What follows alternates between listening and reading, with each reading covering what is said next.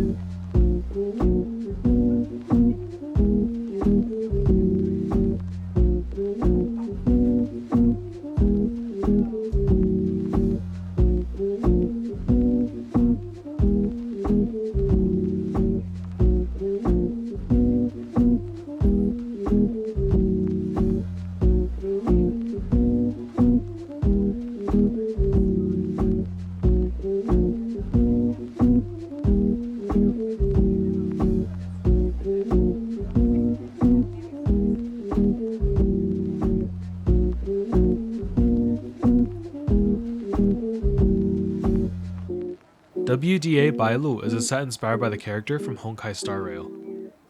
It's a set that actually ran back in July, but there wasn't much promotion or fanfare about it, so I missed a group buy back then.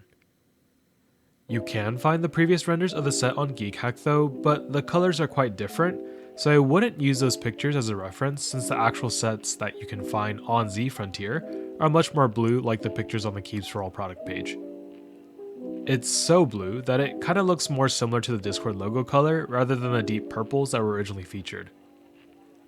I am kinda curious how the colors ended up being so different, since that's generally not a good sign on the designer and or the manufacturer, but in this scenario, since the set has already been run before, I would assume that they can't mess this up, right?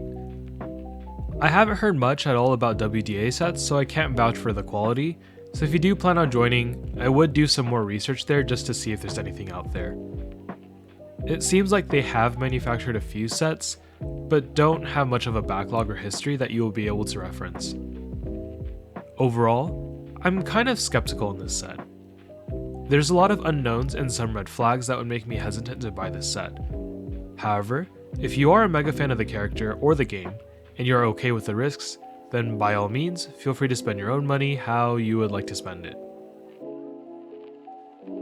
PBTfans Untamed is the newest set from KBDfans, and I really like how this set looks. The novelties are kinda cool, though they aren't what sells the set for me. What I really love about these keycaps are the fact that the colors just work so well together. I don't really have much else to say about this set, but if you're looking for a green set that pops, I think that you should definitely take a look at PBTfans Untamed. I'm not going to do too much of a deep dive on the whole situation as I don't fully understand it myself, but it appears to me that the designer and founder of Ori Club, Bruce Din, used to be a part of a group called Makeup Board that fell apart, leading to people getting burned. It's not really known how much involvement and decision-making abilities Bruce had for MAB, but he kind of dropped off the hobby for 2 years before returning with a new board design and an explanation that seemed to push the responsibility off of his plate. This initial drama happened 3 years ago, and since then, there have been a few Ori keyboards that have come and gone, though I haven't heard much about them to be honest, since they tend to be low unit runs. Now, Bruce is back with the Ori CLS3, and while the geek hack is peaceful, the Reddit post is where people are bringing back these past issues to let people know. On some level, I can understand why Bruce Din is frustrated, especially if he's innocent like he says, but at the same time, I do understand why people are skeptical and distrustful due to what had happened. I will say though, that Bruce has not been handling this PR situation well, and could probably use some help on that front. I originally debated on whether I should even include this keyboard in the video, because the last thing I want to do is promote a scam. There are a lot of folks who are firmly in that camp and would not join any group buys run by Ori Club, but I did also see well-known people in the hobby come out in support, which kinda muddied the waters for me. I'll leave a screenshot up from the founder of McLovin Studio if you want to read what he has to say, so you can get the story from both sides. Now, if we just talk about the board, it is a really pretty design. I think that it's a gorgeous board with clean lines and design language. It is quite expensive though, and comes in at $420 for the Heritage Edition and $520 for the Black Badge or Dune editions, meaning that this keyboard is in the high-end territory. I did see some complaints about the price, especially since the Ori CLS3 is an O-ring gasket mount keyboard, and there are a lot of budget O-ring gasket mount boards out there. Though, you do have people still dying to get their hands on the Unicorn, so it's not the biggest deal to me. I think the biggest question that you need to ask yourself is whether the past history bothers you or not. I have not seen many posts about Ori Club keyboards on social media, so it's hard for me to judge on legitimacy, and there are a lot of detractors compared to supporters. If it was me personally, I would have preferred if Ori Club partnered with a well-established vendor like Novel Keys or Canon Keys to sell this keyboard, because that gives me more reassurance. But since they are not, I would be hesitant to join the group buy.